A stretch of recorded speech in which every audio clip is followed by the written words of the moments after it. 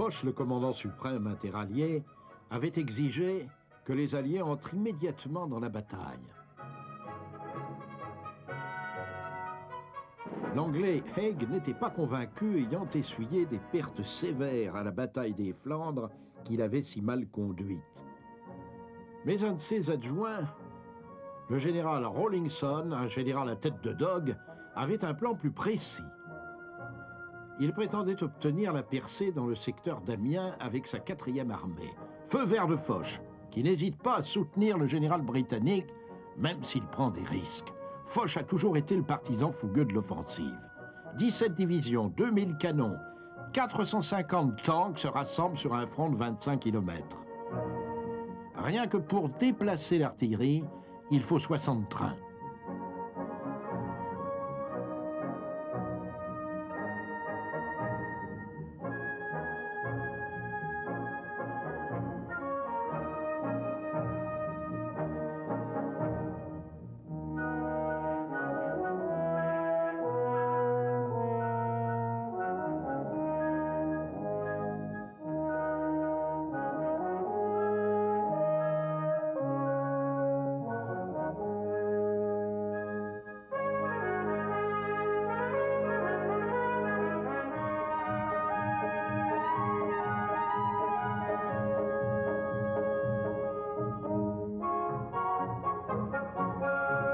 Pour que la surprise soit complète, les Anglais font une chose insensée.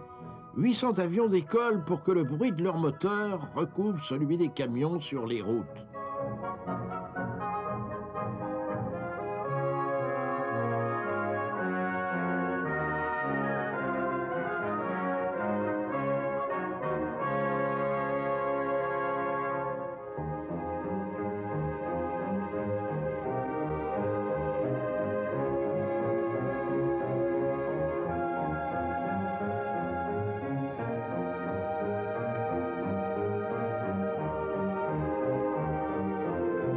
Haig réunit tous les effectifs disponibles en grattant des unités sur tout le front comme on gratte le fond de ses poches.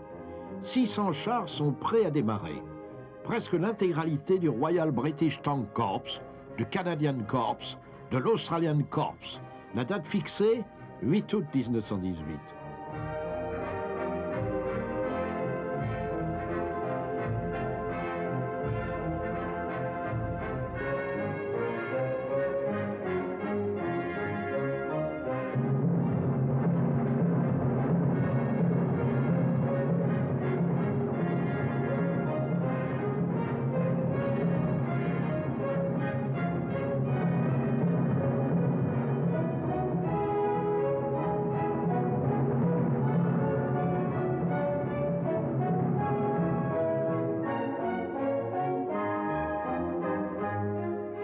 La charge est irrésistible.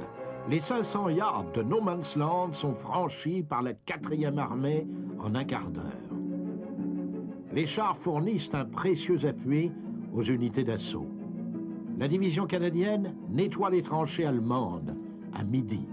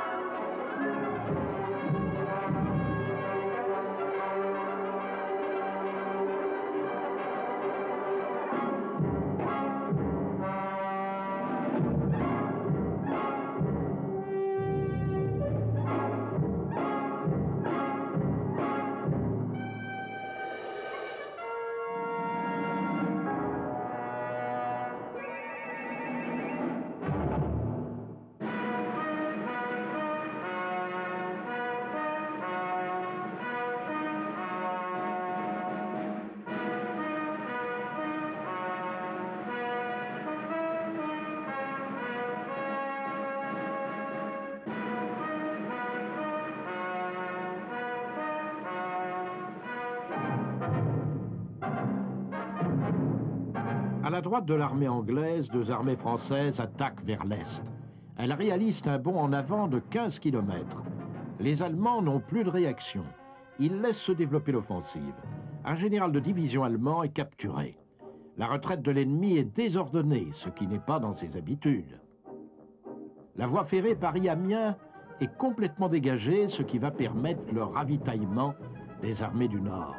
Les Alliés s'arrêtent prudemment après leur succès pour ménager leurs hommes et reconstituer leurs forces. Ludendorff a fait ses comptes. Il ne peut plus gagner.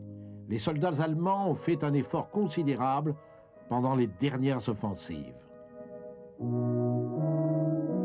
Déçus, affamés, ils ne croient plus en la victoire. Les compagnies sont décimées, les bataillons réduits à des effectifs squelettiques. Le 8 août, dit Ludendorff, c'est le jour de deuil de l'armée allemande. Ce jour-là, il offre sa démission au Kaiser qui la refuse.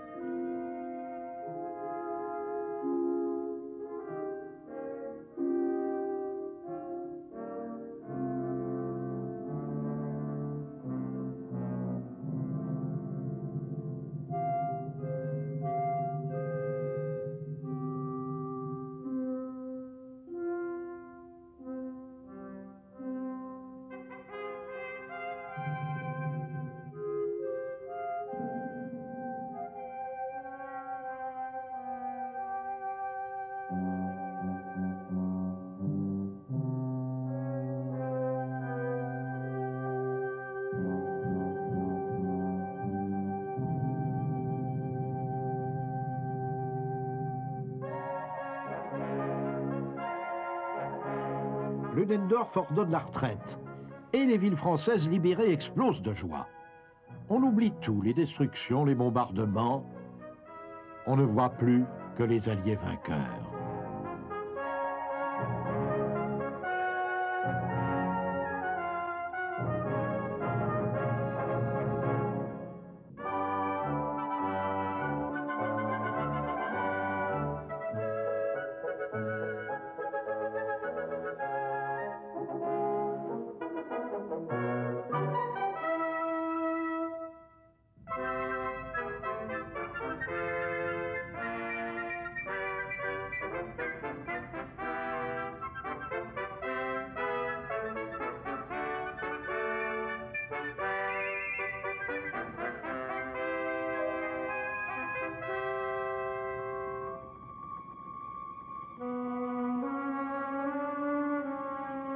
Clémenceau, le vieux patriote, vient au front pour éprouver, comme il dit, la grandeur et les misères de la victoire.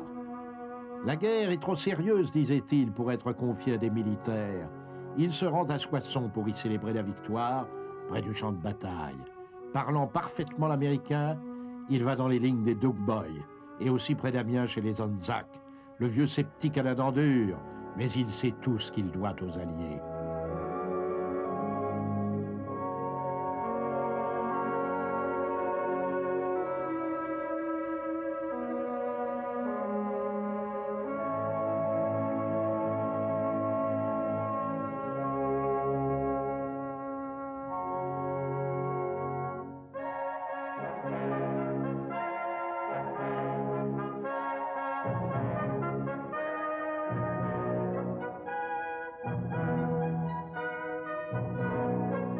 Dans le camp allié, en septembre 1918, le moral est au beau fixe, mais avec des réserves.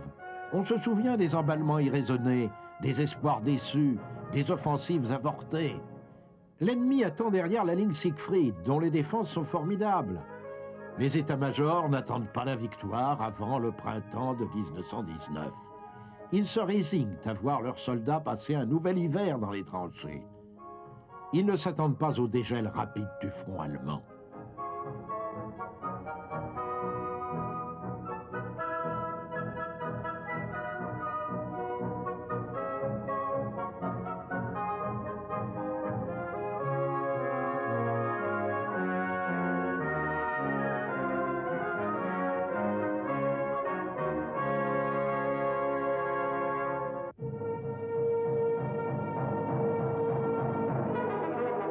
Les Américains décident de se lancer eux-mêmes dans une offensive, la reconquête d'un secteur qui est un saillant dans la ligne du front allemand.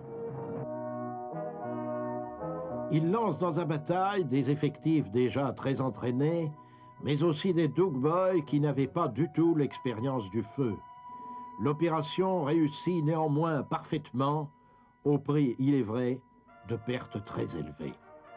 Les Américains étaient les seuls à pouvoir attaquer, Français et Anglais étaient à bout de souffle. Les prisonniers allemands sont nombreux.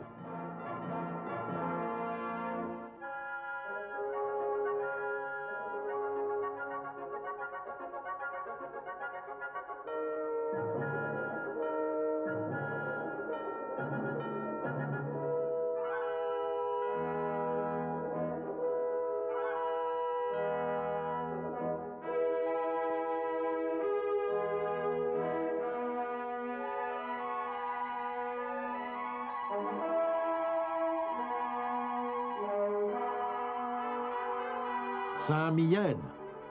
Les Allemands tenaient ce secteur de Lorraine depuis 3 ans. Désormais, les Américains occupent la ville. Leur offensive sur le saillant a pleinement réussi.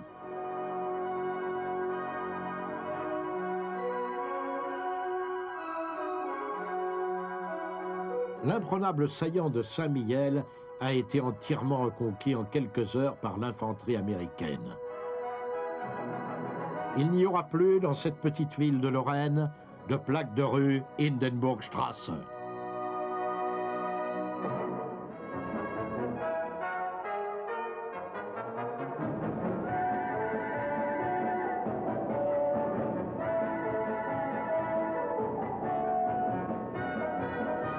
Sur l'Argonne, vers Mézières, Pershing accepte parfaitement le plan français.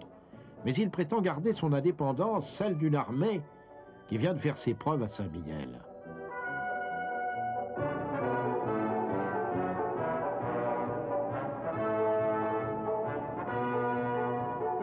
Pershing est de plus en plus décidé à conduire la bataille d'une manière indépendante, tout en s'intégrant dans le dispositif des armées alliées coordonnées par Foch.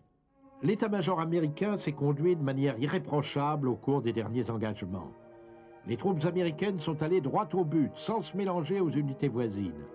Quand Foch expose son plan d'offensive, Pershing refuse d'avoir ses divisions éparpillées entre les armées françaises et britanniques.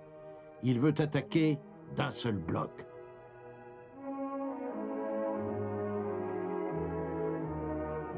Voulez-vous vous battre, oui ou non, lui demande Foch. Sans doute, mais dans une armée américaine, répond Pershing. J'insiste, dit Foch. Insistez tant que vous voudrez. Je refuse absolument. Alors Pershing choisit son secteur sur la carte. Il décide de se conformer au plan allié qui prévoit de pousser les divisions françaises et américaines droit sur l'Allemagne à travers l'Argonne et la Lorraine, pendant que des groupements français perceront en direction de Valenciennes la ligne Hindenburg. Pershing veut plus que jamais rester indépendant. Il se battra dans l'Argonne, entre les grands bois et les collines boisées de l'Argonne et la rivière Meuse, sur les champs de bataille maintes fois retournés par les canons allemands au cours de la bataille de Verdun, une bataille qui a duré près d'1 an, pendant l'année 1916. Un secteur vital pour l'offensive alliée, car il contient une voie ferrée stratégique.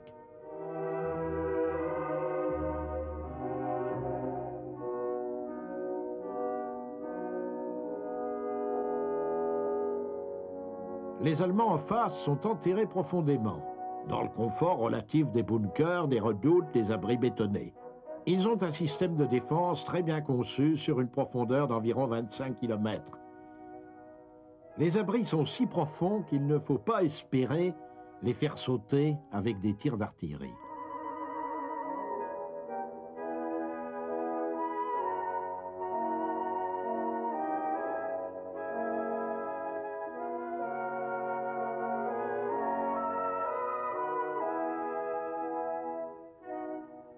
Les Allemands jouent aux cartes, dans leur Stollen. Ils s'ennuient et leur chef bout d'impatience de se mesurer aux Américains. C'est le prince héritier Frédéric Guillaume, le kronprince. Il ne peut pas savoir que les combattants américains sont plus d'1 million au front, qu'ils ont leur propre réseau d'approvisionnement depuis les ports français à travers tout le territoire. Une armée autonome et fraîche, une force redoutable devant les effectifs fatigués du kronprince qui ne peut attendre de nouveaux renforts.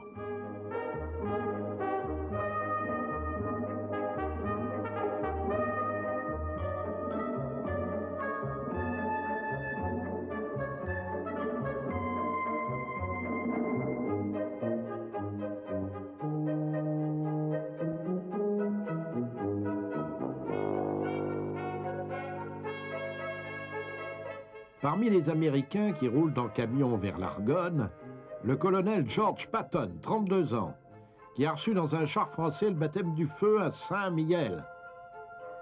2 jeunes officiers de marine, futurs commandants du corps, Thomas Holcomb et Clifton Cates. Le capitaine Harry Truman, 34 ans, qui commande une batterie d'artillerie à cheval. Et son futur chef d'état-major, le colonel George Marshall, 37 ans. Chargé par Pershing de la logistique, sa mission est d'organiser le mouvement en 12 jours de 600 000 hommes, avec les canons et les munitions, la nourriture pour la troupe et pour la cavalerie, des tonnes d'équipements et de matériel médical, pour faire mouvement 3 routes étroites que la boue a rendues gluantes.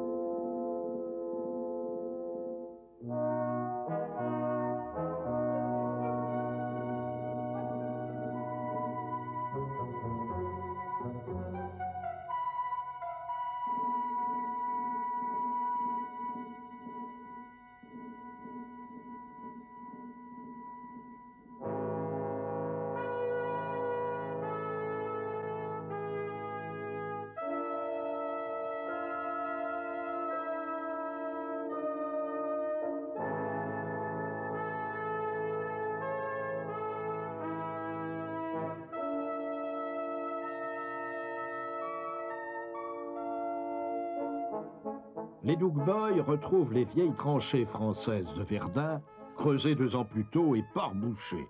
500 000 soldats sont alignés sur 40 km de front. Ils sont trop nombreux, ils se gênent, ils vont se marcher sur les pieds lors de l'attaque. Ils sont une cible idéale pour l'artillerie ennemie. Mais l'aviation les protège, 800 avions qui assurent la couverture du front et bombardent sans cesse les lignes allemandes. La première armée américaine est prête pour le grand bond en avant du 26 septembre 1918.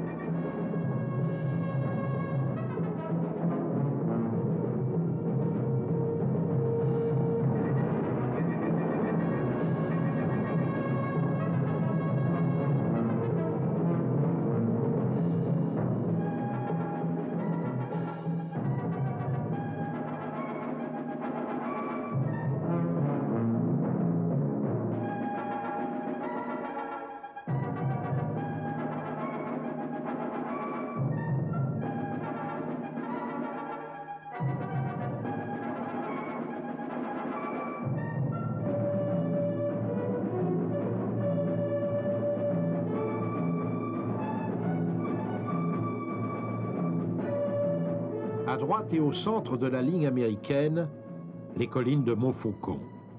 Les ordres sont de s'en emparer, à tout prix. Mais le feu ennemi est très efficace et empêche les Américains de s'élever d'un bond jusqu'au sommet. Il faut 2 jours pour s'en rendre maître, et les pertes sont nombreuses parmi les assaillants, dont beaucoup n'ont jamais vu le feu.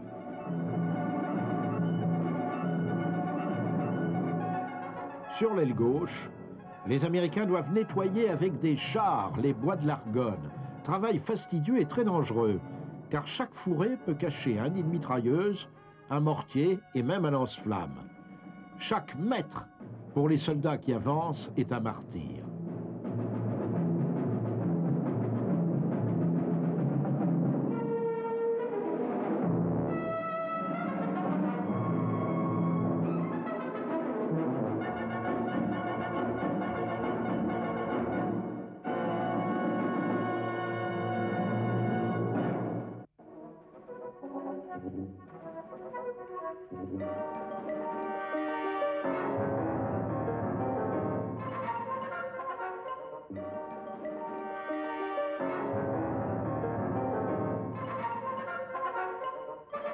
Pendant que les Yankees s'épuisent sur le front Meuse-Argonne, les Britanniques ouvrent une nouvelle offensive vers le nord, tournant par surprise la ligne Siegfried. Les deux offensives, l'anglaise et l'américaine, pouvaient converger en cerclant les Allemands. L'état-major français estimait que Pershing ne pouvait commencer ce mouvement avant le printemps. Ici, dans l'Argonne, pas le moindre indice de brèche dans le dispositif allemand. Ce que les Français ne voient pas, c'est qu'à l'arrière des lignes, le front allemand est en train de craquer. À l'hôtel de Spa en Belgique, qui sert de quartier général à Ludendorff, le quartier-maître général regarde attentivement la carte du front. Il prend un accès de rage froide. Il comprend que tout est perdu.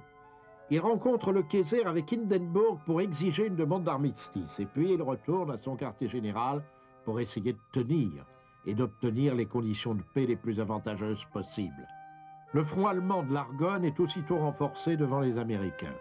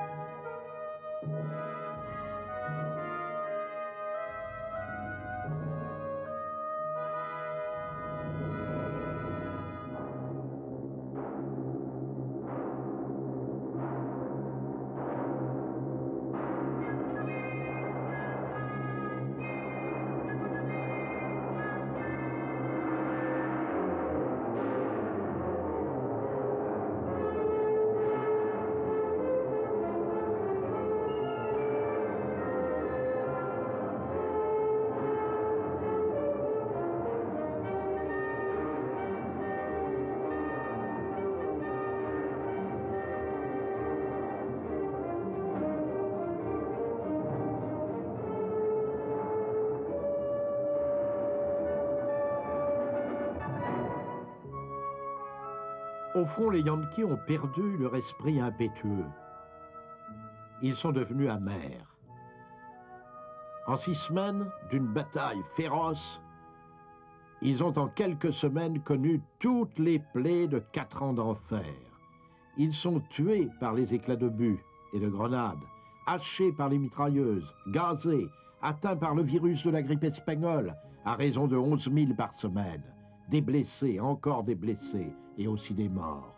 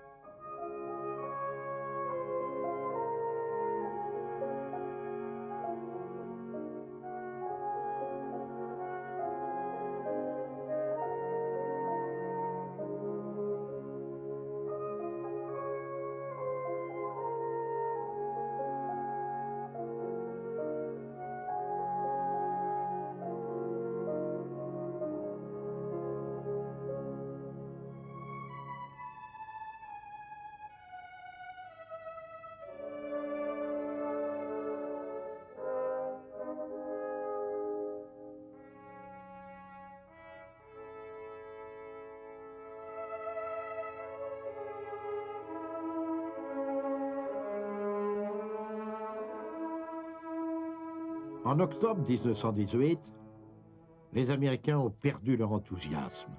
Ils hivernent aussi tristement que leurs camarades français, britanniques, belges, canadiens, portugais.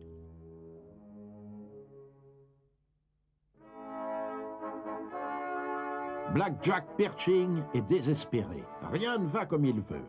Il considère le retard de l'offensive comme un échec personnel. Il assume trop de tâches. Il ne maîtrise plus.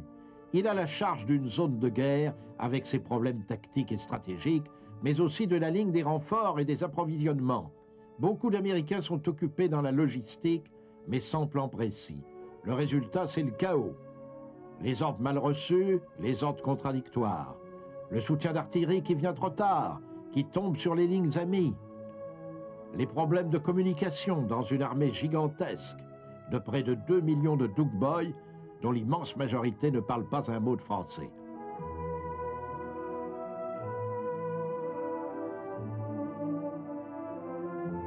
Certaines unités se divisent, d'autres avancent trop vite, certaines sont en retard. On voit des bataillons virer de bord et se mêler à des divisions où ils n'étaient nullement prévus. Un général exige de la military police une ligne continue à l'arrière pour empêcher les désertions.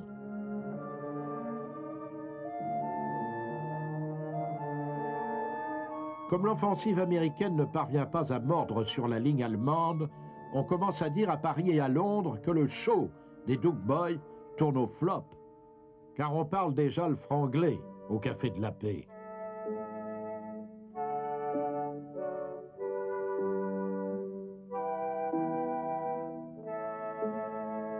Il faut tout réorganiser, rien ne va plus chez les Américains. Les rations, les munitions n'arrivent pas au front. Le département de la guerre a averti Pershing. Il va nommer un responsable de la logistique de grade et de pouvoir égaux aux siens. Pershing réagit aussitôt, fait nommer le général James Herbert, en qui il a confiance. Herbert est sous ses ordres. Sur le champ de bataille, il désigne 2 responsables pour chacune des armées américaines. Hunter Leggett pour la première,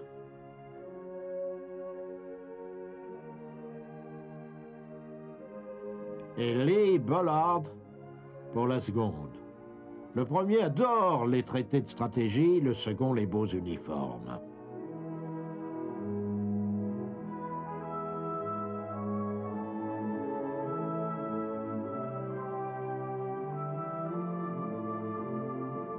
À la mi-octobre, les Yankees font la pause dans l'Argonne pour retrouver leur souffle. La crise du ravitaillement ne fait qu'embellir.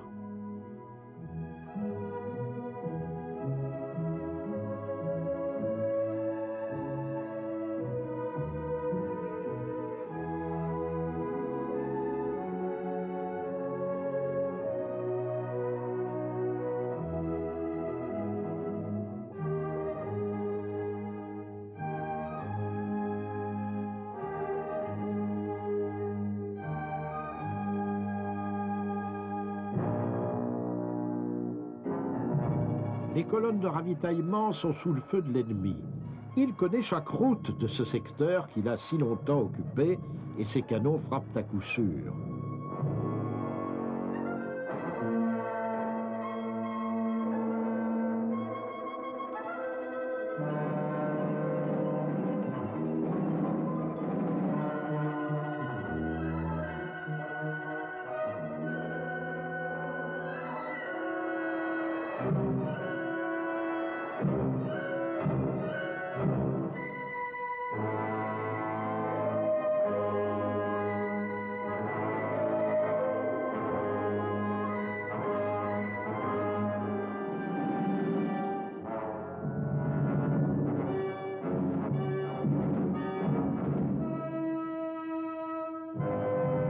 Partout ailleurs, sur le front français, l'armée allemande s'écroule.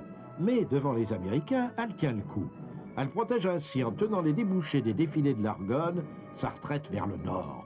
Quand les Yankees s'apprêtent à lancer leur nouvelle offensive du 1er novembre, il n'y a pas encore le moindre signe de reddition.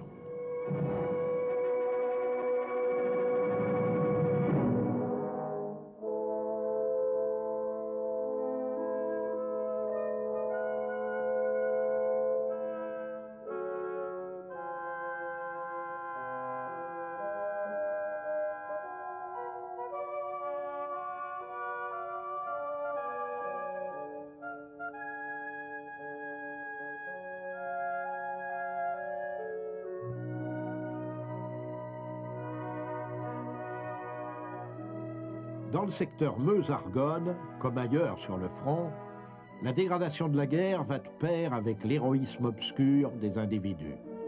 Le sergent Alvin York était objecteur de conscience dans le Tennessee. Converti et incorporé, il avait à lui seul maîtrisé un poste de mitrailleuse allemand, Avec son pistolet et sa carabine, il avait capturé 132 prisonniers. Le major Charles Whittlesey, dont le bataillon s'était avancé trop loin et trop tôt, devait rester encerclé pendant 5 jours. Il s'était dégagé, sauvant la moitié de son unité, qui portait désormais un nom héroïque, le bataillon perdu. Un des officiers les plus décorés de la guerre, que Pershing appelait le meilleur conducteur d'hommes, était le brigadier général Douglas MacArthur, alors âgé de 38 ans, qui obtenait son premier commandement important en prenant la tête de la 42e division. Mais 6 autres généraux étaient remplacés pour faute professionnelle ou dépression nerveuse dans le terrible ouragan de la bataille.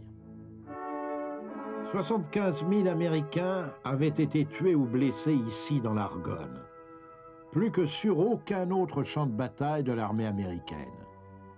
Ils sont tombés dans l'Argonne aux dernières heures de la guerre, alors qu'on attendait impatiemment l'armistice. Ils sont morts jusqu'au dernier moment.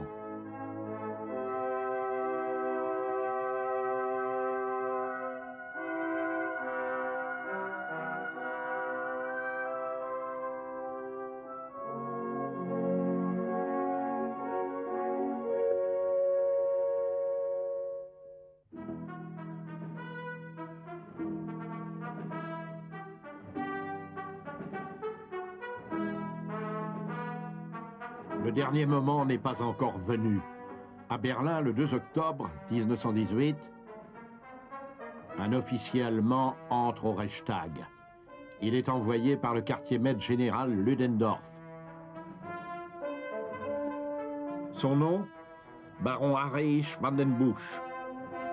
Le message qu'il apporte glace les députés. Le quartier-maître général avertit le Reichstag qu'il n'a plus de réserve, qu'il ne faut plus songer à gagner la guerre. Les Allemands sont effondrés. Pendant des années, on leur a imposé le respect de l'état-major. Et voilà que l'état-major annonce son suicide au Reichstag. Le Reichstag décide d'envoyer un représentant à l'armée.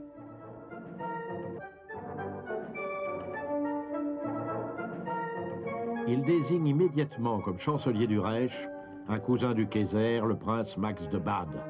Il est chargé expressément de demander un armistice. Ludendorff pense qu'on obtiendra de meilleures conditions en s'adressant préalablement à Washington, sans consulter les Français ni les Britanniques. Aussi le prince Max de Bade envoie-t-il son appel aux Américains. Mais le président Wilson peut-il décider de répondre seul à une offre d'armistice, sans consulter ses alliés qui ont fait la guerre pendant 4 ans et subi d'atroces épreuves? Les pourparlers se poursuivent pendant que les soldats exténués descendent encore aux tranchées. 4 semaines se passent ainsi dans l'incertitude. 1/4 million d'Américains attendent leur embarquement ou naviguent sur l'Atlantique pendant qu'on négocie. Mais enfin, les canons ne tonnent plus guère. Et c'est pour les poilus une consolation, même s'ils se font encore tuer dans des opérations ponctuelles.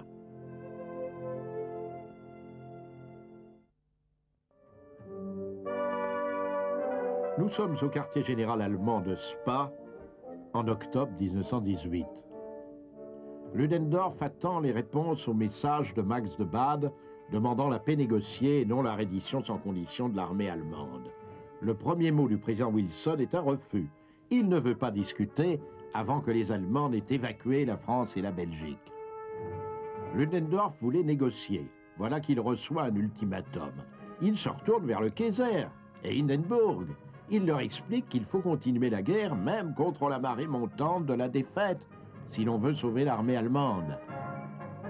La marée gagne les Balkans. L'armée serbe rentre chez elle et célèbre son retour à Belgrade après 3 ans d'exil.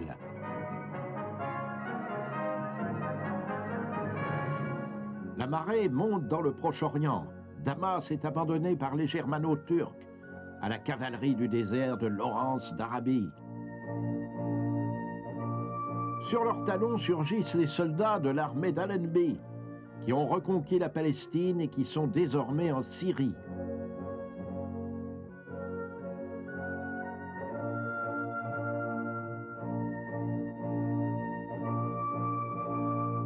Lawrence a installé dans la ville de Damas le nationalisme arabe en la personne du prince Faisal.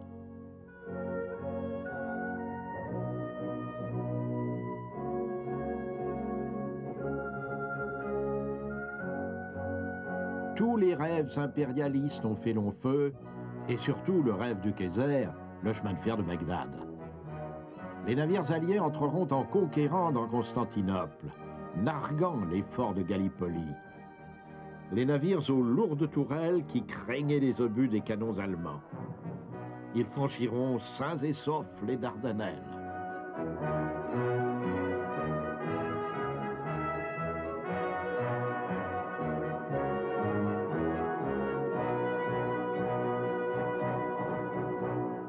Voici le rêve autrichien de fédération des Balkans, de descente vers la mer libre du Sud.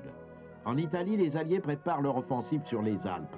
Ils concentrent leurs tirs sur l'Autriche, le plus faible allié de l'Allemagne. Les soldats de l'Empire, quand ils sont des Tchèques, des Slovènes ou des Croates, se rendent par milliers. L'Empire austro-hongrois est en train de s'écrouler de l'intérieur. Les nationalistes tiennent la rue dans la capitale de la Bohême. La République libre de Tchécoslovaquie est proclamée à Prague. La splendeur des Habsbourg n'est plus qu'un souvenir. L'Empire disparaît en proclamation. On proclame la République libre de Hongrie à Budapest. Le proclamateur est un aristocrate socialiste, Michel Karolyi.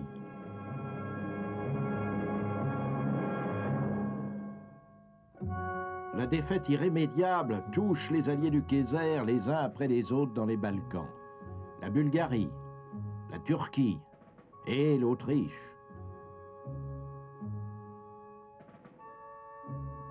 Le dernier front qui tienne est celui de l'Ouest. L'offensive combinée des alliés est déjà partie. Anglais et Belges au nord, Français au centre et Américains dans la région Meuse-Argonne pour prendre dans une pince l'armée allemande en retraite.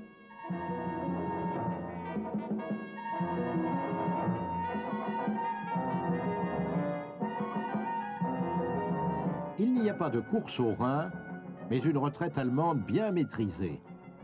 Une retraite vers la frontière où Ludendorff compte s'arrêter pour négocier la paix. Le mouvement de retraite est plus lent dans le secteur américain. La frontière en est plus proche et la voie de sortie plus étroite pour l'armée allemande. Mais des milliers de soldats choisissent de se rendre, sans plus attendre.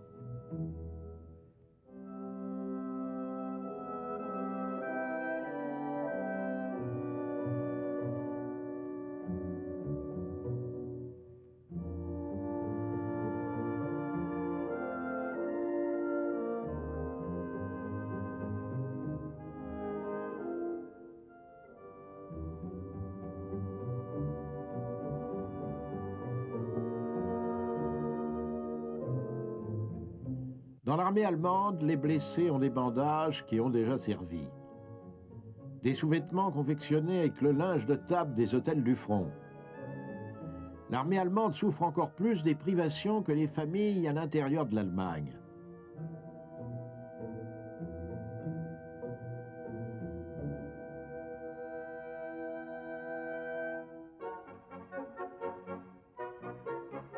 Avec l'avance des Alliés, les villages français sont réoccupés par leurs habitants. Ils pleurent devant leurs maisons brûlées, bombardées.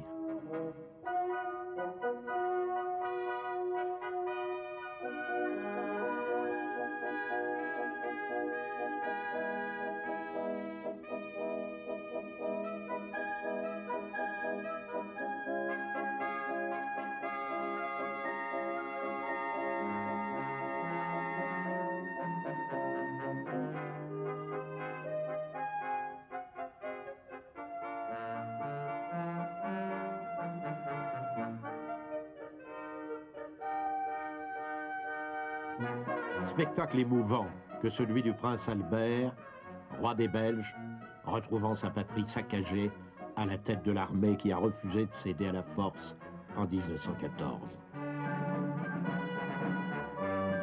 Les Allemands sont contraints d'évacuer tous les territoires alliés. Le Reichstag n'a pas le choix, il redoute une révolution bolchevique.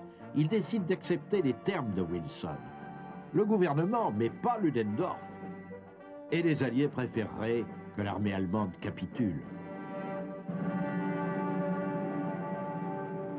Les Alliés s'impatientent à l'hôtel Trianon à Versailles. Le colonel House, envoyé spécial de Wilson, ne peut leur donner tous les apaisements qu'ils demandent. Il est vrai que le président américain a formulé un programme de paix en 14 points. Il prétend imposer la construction d'une Ligue des Nations, une sorte de paix perpétuelle pour tous les États d'Europe. Ce programme est aussi éloigné que possible de la paix de victoire d'un Clémenceau. Et Clémenceau veut d'abord des sécurités pour la France. Wilson est aussi bien loin de la paix impérialiste d'un Orlando ou de la paix des réparations exigée par Lloyd George. Lloyd George décide de câbler à Washington.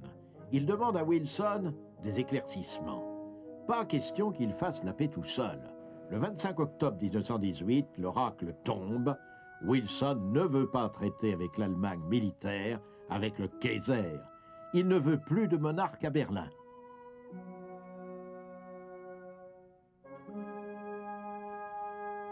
Ludendorff engage une partie de bras de fer avec Erzberger, le leader du Reichstag. Militaires et civils se repassent le mauvais rôle. Aucun ne veut signer. Erzberger se décide pourtant, refusant la capitulation militaire. Ludendorff a démissionné. Erzberger s'adresse à Foch directement. Dans l'armée allemande, le bruit court qu'il a trahi. Dans la nuit du 7 novembre 1918, la délégation allemande franchit les lignes dans un convoi automobile arborant le drapeau blanc. Un clairon français ouvre la route. La délégation grimpe dans un wagon aménagé en bureau dans les bois de Compiègne pour accueillir tous les plénipotentiaires. Ce wagon entre dans l'histoire.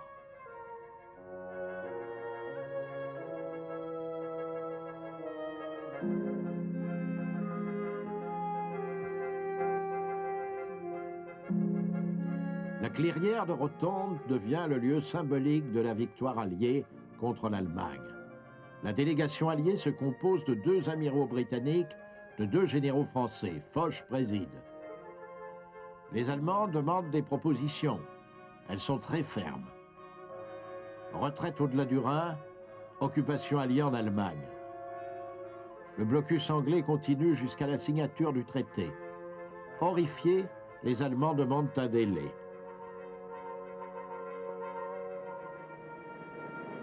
Une fuite permet à un journaliste américain, Roy Howard, d'annoncer prématurément la nouvelle de l'acceptation de l'Allemagne. Il reste encore du temps au front pour que les soldats se fassent tuer. Rien n'est signé.